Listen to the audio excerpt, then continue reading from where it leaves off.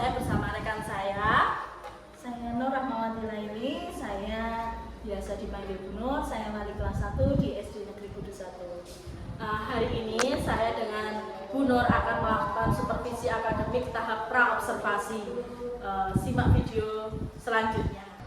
Assalamualaikum Bu Nur, bagaimana kabar hari ini Bu? Waalaikumsalam. Alhamdulillah Bu Nurul, kabar saya baik hari ini. Bagaimana dengan Bu Nurul? Alhamdulillah Bu, kabar saya juga baik. Kemarin saya sudah menyampaikan Bu bahwasanya saya mendapatkan tugas untuk melakukan supervisi akademik di kelas Bu Nur. Dan alhamdulillah Bu Nur menyetujuinya. Dalam proses supervisi akademik ini ada 3 tahapan Bu. Yang pertama, pra-observasi yang kita lakukan sekarang ini, kemudian nanti observasi pembelajaran di kelas, dan pasca observasi itu dilakukan setelah proses pengamatan pembelajaran di kelas. Nah, siang ini kita akan melaksanakan tahapan pra-observasi Bu. Dalam tahapan ini kita nanti akan berdiskusi aja, bertukar pikiran terkait persiapan yang akan dilakukan Bu Nur dalam supervisi akademik besok. Agar kegiatan supervisi besok itu berjalan lancar dan juga meningkatkan kemampuan Bu Nur dalam melaksanakan proses pembelajaran.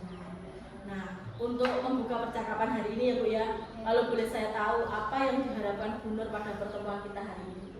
Ya, yang saya harapkan untuk pertemuan kita hari ini, kita bisa berdiskusi Bu mengenai rencana pembelajaran apa yang akan saya laksanakan untuk supervisi besok. Baik Bu Nur, berarti tujuan kita sama ya Bu ya, di sini kita berdiskusi terkait persiapan-persiapan yang perlu Bu Nur siapkan dalam supervisi besok. Kalau boleh tahu nih Bu, besok itu Bu Nur akan mengambil materi apa ya Bu?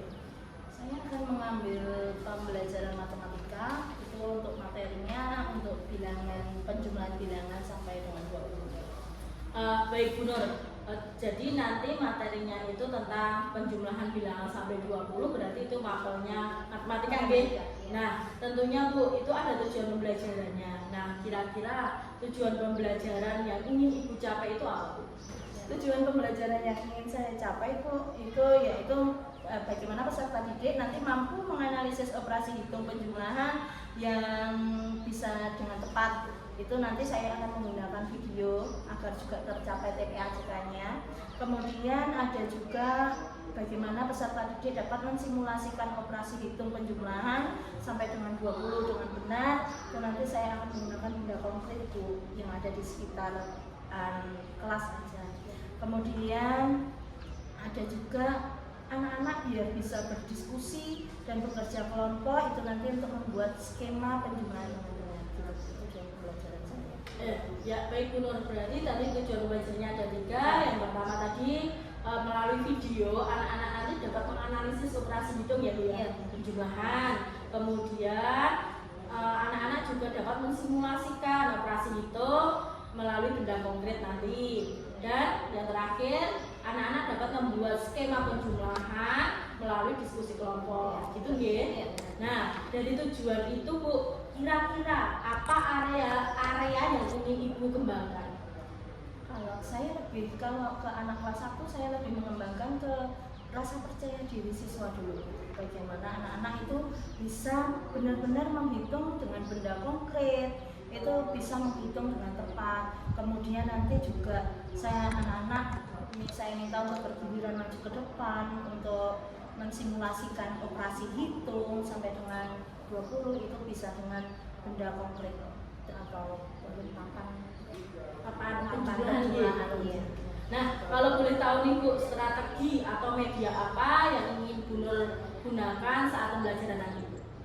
Untuk strategi pembelajarannya Bu, nanti tetap kita akan menggunakan pembelajaran yang terpusat pada siswa, terutama saya mau menggunakan PJBL.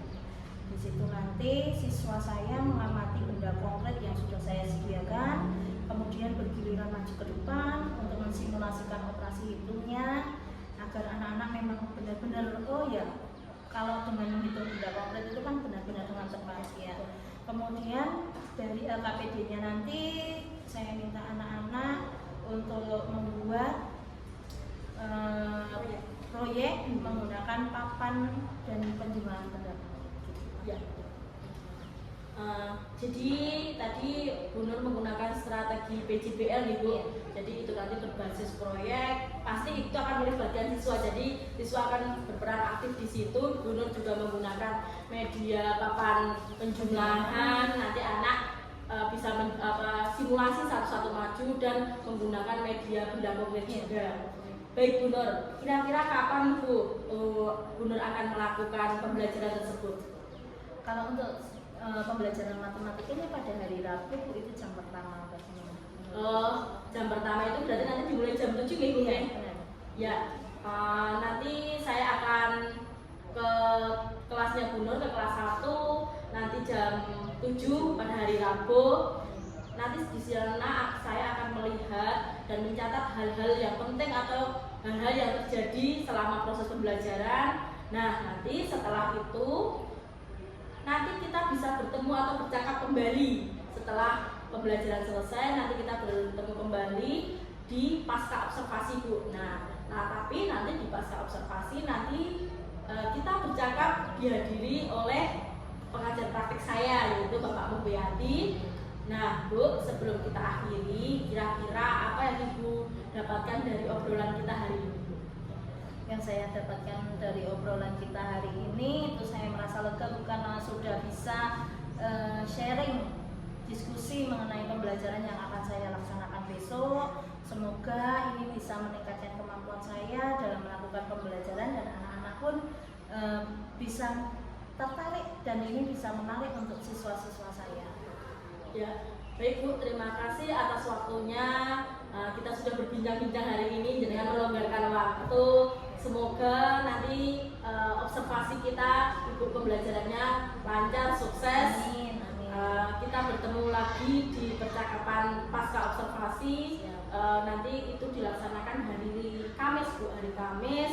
Nanti jamnya nanti saya kabarin jenengan waktu pasca observasi. Tapi observasinya tetap hari Rabu ya Bu ya. Yes. Hari Rabu jam 7 nanti saya akan ke kelas 1. Terima kasih Bu Nur.